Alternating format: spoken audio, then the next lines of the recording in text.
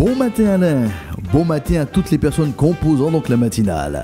Bon matin à tous les amis de la chronique La Bonne Nouvelle, quelle que soit votre latitude, la bonne nouvelle du Christ est la même pour tous et spécifique pour vous. Telle est donc une des caractéristiques de la Bible, appelée aussi les Saintes Écritures ou la Parole de Dieu. La Bible est un livre unique parmi tous les livres de la Bibliothèque nationale. Permettez que je fasse une petite présentation chiffrée donc de la Bible. Elle est donc composée de 66 livres, hormis bien sûr donc les 7 livres deutérocanoniques de l'Ancien Testament, ou dit apocryphes. Il y a 1189 chapitres pour 31 168 versets. Sa rédaction s'étale sur 1500 ans, du premier livre de la Bible, à savoir donc Job, vers 1400 avant Jésus-Christ, jusqu'au dernier livre donc qui la compose, l'Apocalypse de Jean, vers 95 après Jésus-Christ. La rédaction donc du Pentateuque, donc les 5 premiers livres de la Bible, donc est attribuée à Moïse. Cette période donc de 1500 ans équivaut donc à environ 40 générations. Mais il faut retirer ou décompter 400 ans de silence entre l'Ancien et le Nouveau Testament. Cela donc nous permet de signaler que la Bible est composée donc de 2 testaments, l'Ancien et le Nouveau Testament. L'Ancien Testament contient 38 livres et le Nouveau Testament contient 27 livres, soit donc un quart du volume global de la Bible. Sa rédaction a mobilisé une quarantaine d'auteurs provenant de milieux divers avec des profils opposés. Du prince d'Égypte Moïse au berger Amos, de l'intellectuel Paul au pêcheur de poissons Pierre. Ce qui est remarquable, ce sont donc ces explications communes pour tous les auteurs. Car il est donc dit, car ce n'est pas par une volonté d'homme qu'une prophétie a jamais été apportée, mais c'est poussé par le Saint-Esprit que des hommes ont parlé de la part de Dieu, selon 2 Pierre 1, verset 21. Toute écriture est inspirée de Dieu et utile pour enseigner, pour convaincre, pour corriger, pour instruire dans la justice, afin que l'homme de Dieu soit accompli et propre à toute bonne œuvre, nous dit Paul en 2 Timothée 3, versets 16 et 17. La cohérence donc du message de la Bible sur Dieu, l'homme, le salut et tout autre sujet qu'elle adresse donc témoigne donc de son inspiration divine. Aussi vrai que 40 auteurs humains séparés par différentes époques, différentes géographies et différentes cultures n'auraient jamais pu écrire comme un seul homme. Telle est donc la vérité. Nous pouvons aussi rajouter que la Bible, ou plus précisément les livres qui la composent, ont su tirer profit des avancées technologiques de leur époque. Du papyrus au smartphone, en passant par le premier livre imprimé par Gutenberg en 1455 après Jésus-Christ, sa transmission a toujours été moderne. Ce qui fait que la Bible est le livre le plus diffusé donc dans le monde. Elle est aussi l'œuvre la plus traduite de l'histoire. Elle est reconnue par tous les chrétiens comme le fondement de leur foi. La Bible a aussi inspiré des hommes célèbres au fil de l'histoire. Prenons par exemple le cas de Victor Hugo. Il déclare: il y a un livre qui contient toute la sagesse humaine, éclairée par toute la sagesse divine.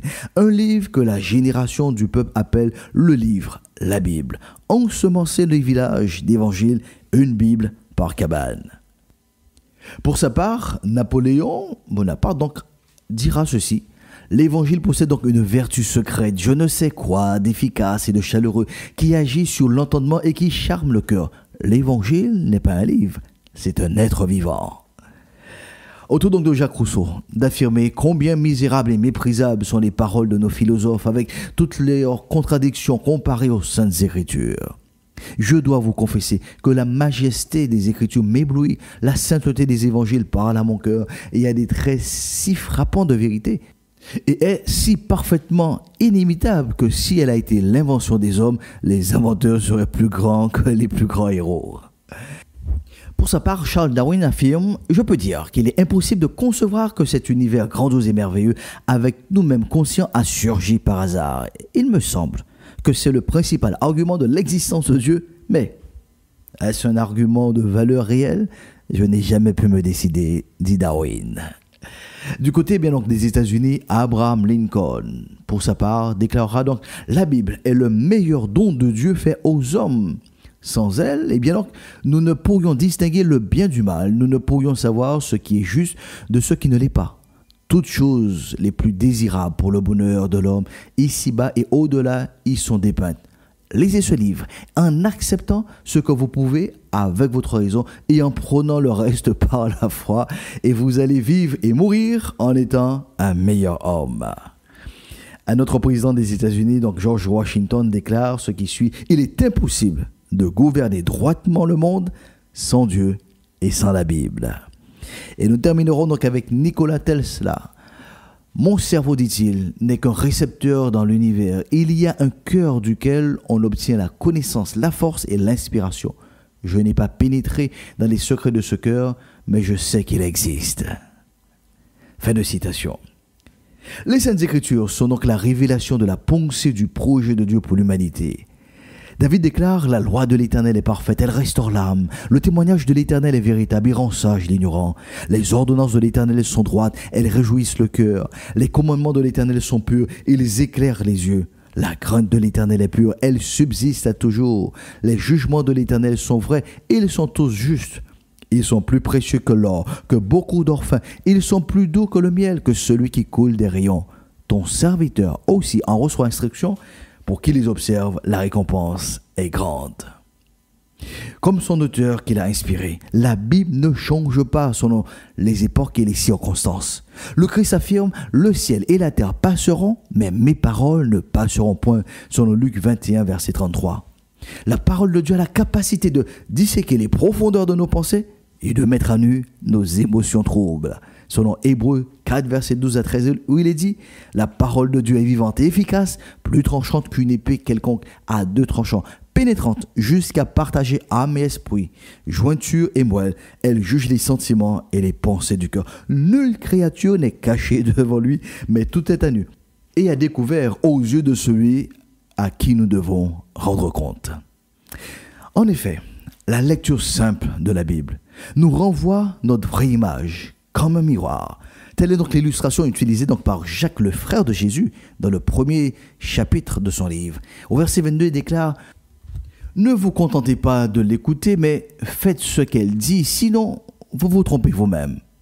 Oui, celui qui écoute la parole et qui ne fait pas ce qu'elle dit, voici à qui il ressemble. Il ressemble donc à un homme qui regarde son visage dans un miroir et il se voit tel qu'il est. Il se regarde puis, et il s'en va et il oublie tout de suite comme il est.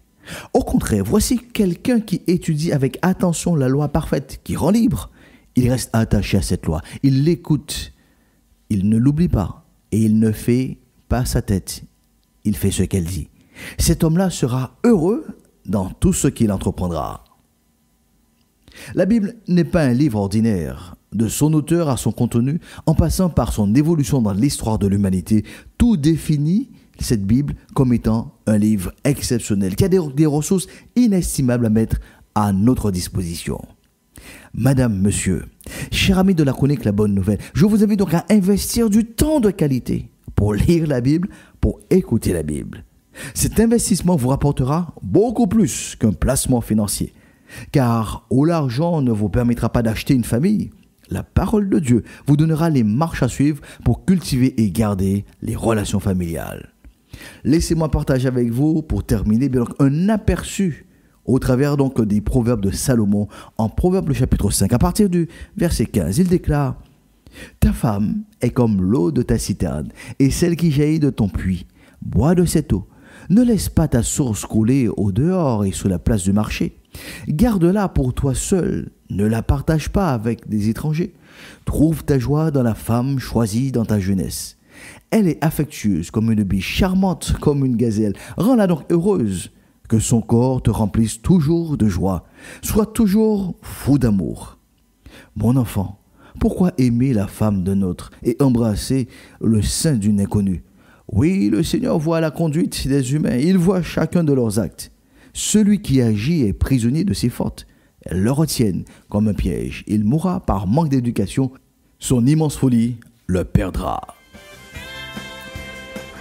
Voilà, nous sommes donc arrivés au terme donc de cette session et pour cette nouvelle semaine de grâce qui s'annonce, que le Seigneur donc nous accorde, vous accorde, madame, monsieur, à ce que la Bible soit proche de vous et vous-même proche donc de la Bible. Nous restons donc à votre disposition au 05 90 82 73 31. Et sur la base de la Bible, proclamons donc ensemble: la paix de Dieu soit avec vous pour une meilleure saison.